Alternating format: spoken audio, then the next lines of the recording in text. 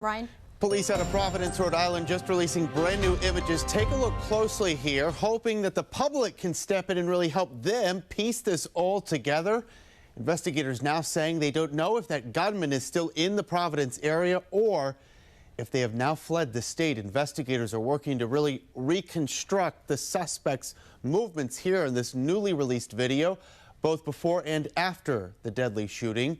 A $50,000 reward now being offered for information leading to an arrest and conviction. I want to remind you that this is a very active investigation, very complex investigation, and it's the dedicated work of the men and women of the Providence Police Department, the Detective Division, the Community Response Team, the Special Response Team. It's all hands on deck, and there's no one that wants to put this individual in handcuffs than us. And today we also learned the identities here of the two students who were killed, a foreign exchange student and Ella Cook, a sophomore from the state of Alabama. She was a just incredibly grounded and generous and faithful and bright light, both here at the Advent over many years as she was engaged and involved in our worship and our community. Now, what I do know is that Brown's grieving, I'm grieving, just a ball of joy. Ball of energy. The loss of him would be felt throughout this community because his soul truly did reverberate throughout the community. Now back out to campus. Flowers and signs are out along Hope Street there, just feet away from the actual crime scene, the engineering building where that deadly shooting took place. And right now, investigators pursuing new leads in their desperate search for the gunman who opened fire in a Brown University classroom, killing two students. The FBI has released new video, new pictures, and increased the reward for any information leading to an arrest. The community right now, as you can imagine, on edge. They're also frustrated during this massive manhunt as we learn more about the victims. Mohammed Aziz Uzmerkov was living in Virginia. He was a talented musician and aspiring brain surgeon whose family had immigrated from Uzbekistan years ago. Sophomore Ella Cook, she was from Alabama. She was the vice president of the Brown College Republicans chapter, remembered by her hometown church as a bright light. She made her mark at Mountain Brook High School. She was making her mark at Brown University.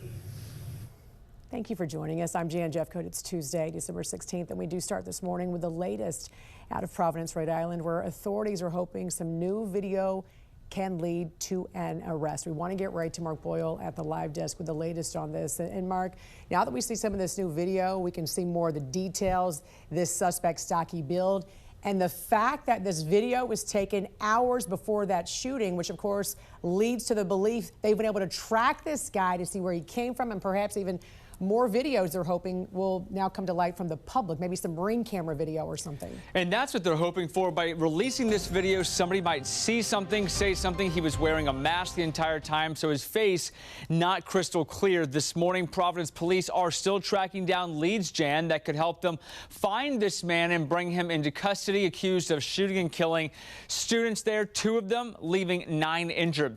Now, in the past 24 hours, investigators have released some new videos. This is the person of interest. A ring camera video here released, one example of many. Take a good look as detectives are trying to figure out who this man is, wearing the mask and the black beanie. Police describe him about 5'8" with a stocky build. What do you think he was doing? Was he staking out the area? Because this was the day before the shootings, correct? Correct. And so, that's it. So hours before, days So before. it was a few hours before, and I'll tell you that at this point, that's all we have. So it was a few hours before. What he was doing, we'll be able to find out. Now, the renewed search for the suspects come a day after police say they had a person of interest in custody, but ultimately released that person because they had the wrong person locked up. Meantime, the memorial for the victims continues to grow on campus. Brown students Ella Cook and Mohammed Umerzakov were all killed in that attack. These are some videos coming in. They say the man here was inspired by medical profession. He wanted to be a brain surgeon, while Cook was a top member of the university's conservative group. Some of her friends in Alabama remembering her this morning. She was radiant. You know, the customers that would come in here, she was so, connected with the community. It's like she would come in and people would know her name, they would know her face. They knew that was Ella Cook. Now we'll stay on top of the story as news breaks. We'll bring it to you again. The search for the killer continues. cameras in the hallway, but they don't show the suspect, or Brown is not releasing them, or you're not releasing them to us. How does a multi-million-dollar school not have a bunch of cameras in the hallway? Why isn't there more video or metadata? And were those cameras all operational? Yeah, I can't speak to what was operational or wasn't. Yeah, you hear all the questions there. Outrage at Brown University. Students and parents beyond frustrated with Rhode Island officials now 4 days after a gunman killed 2 students inside a classroom and then just walked away and remains on the loose this morning. As rumors run rampant online, top brass at the university getting pummeled with questions and grave concerns. Yesterday, the FBI released a new video timeline showing this person of interest before and after the shooting, even walking by responding officers. National News Desk's Leanna Falk reports from Providence. Multiple angles tracing the steps of the person of interest. Hiding in plain sight. Providence police releasing their clearest views yet, captured mostly on home security cameras, walking, doubling back, and at times running across Providence's east side hours before the shooting. That is the behavior that perpetrators will do with pre-attack surveillance. Police now believe the individual, dressed in a two-toned black and green jacket, wearing a hat and face mask, was casing the area for hours, possibly days or weeks. Officials say the person was spotted as early as 10:30 Saturday morning. His activity is very consistent with target surveillance, which then leads to target acquisition.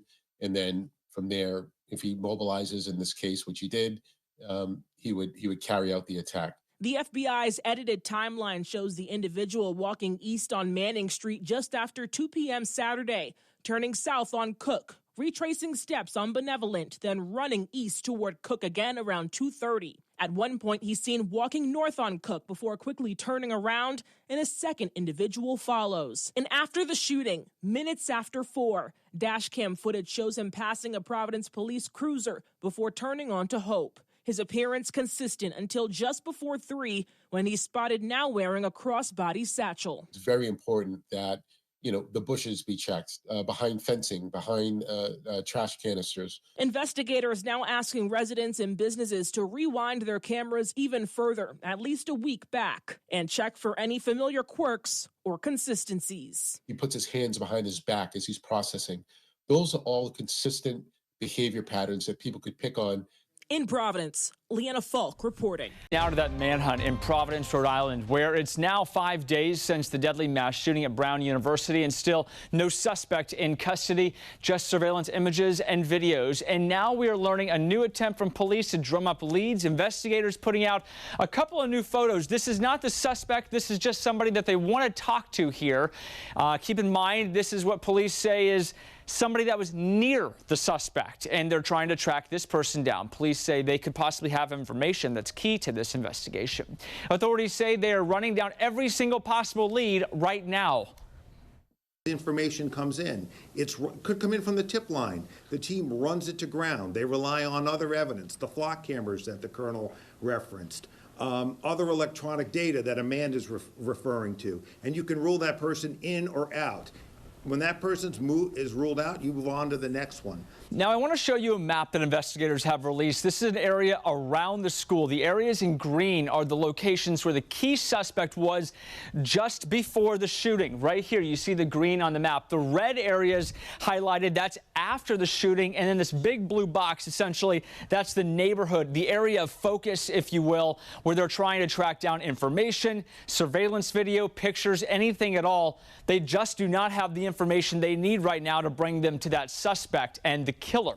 Investigators are now expanding their search to surrounding communities and towns.